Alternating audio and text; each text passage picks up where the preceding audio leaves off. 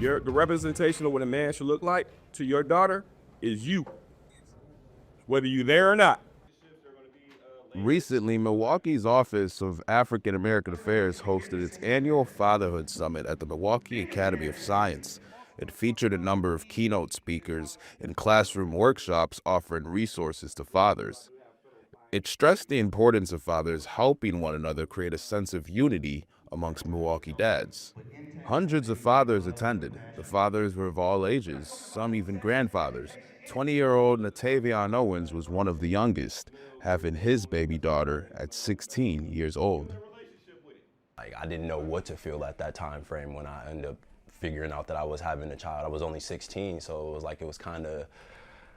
was all over the place. It's real hard to explain exactly how I was feeling throughout that time frame. It was just a loop of emotions. All I know is that I was like, I know I have to do this for my child, you know? I know I have to be there for this kid because she didn't ask to be brought into this world. I made the responsibility to go and lay down, so, you know, I had to make sure I stepped up for my child, and I did just that. What are some ways that this event today has helped you become a better father? It has opened my eyes to a lot of different outlooks, a lot of different people who have different ways of learning how to be a father. They have went through different experiences that I have. So me opening my mind up to hear those different people has brought different ways for me to be able to go out and implement those things in my life as a father. The different resources out there like housing, insurance, and then just, you know, employment.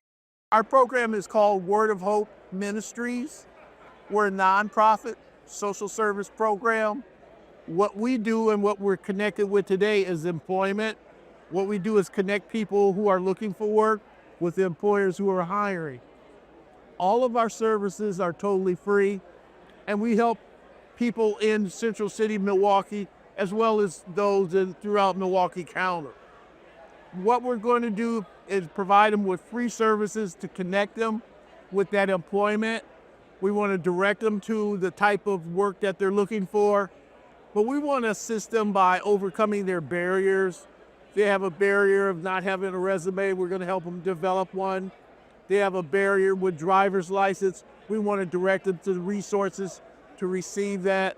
I was fortunate to have my father, and not just my father, but my stepfather and so many other father figures in my life. But to know that my peers many times did not have that, coming here just reminds me that there are challenges in some of the neighborhoods here in our city that we continue to have to work on in order to make better for the kids, the young people who look like me, who grow up to be mayor, and other things that they still experience each and every single day. This keeps us grounded in that and helps us to continue on forward to make sure that their dads stay in their lives so that they can move forward in their own lives to be successful contributing members to society. And I think that's critically important.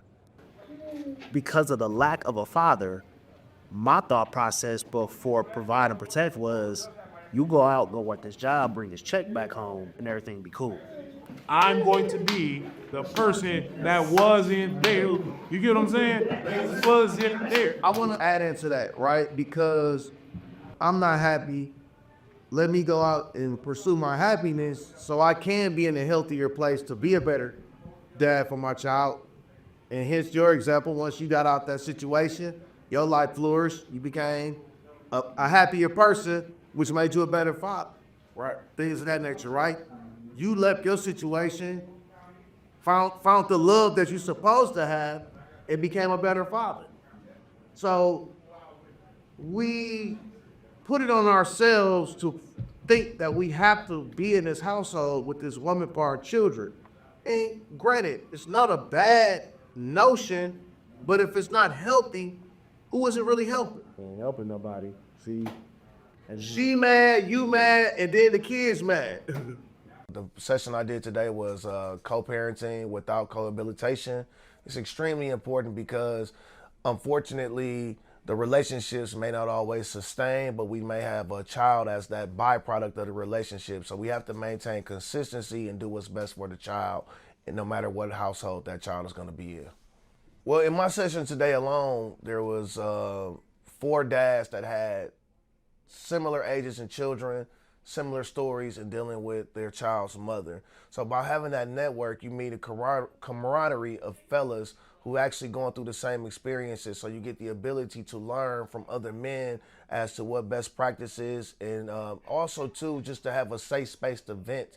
A big part of my session was just men unpacking a lot of things that was going on within their particular situations, and that's how we were able to find out the common grounds between the other fathers within the room, just by having other men with like-minded situations and scenarios within their lives. It's incredibly important for events like this to continue in Milwaukee, because I think it's easy to scream the need, like we need fathers to be better, but we don't often offer resources to help them become better. So an annual event that kind of just reminds fathers to come together, build community, which there isn't much community for fathers, and then to give them access to resources to say, hey, here's how you be a better father. I think it's critical for the community. One of the main things that helped me grow not only as an individual but as a father is the environment and the people that helped me and support me throughout this journey that I've been and I'm still going through as a father.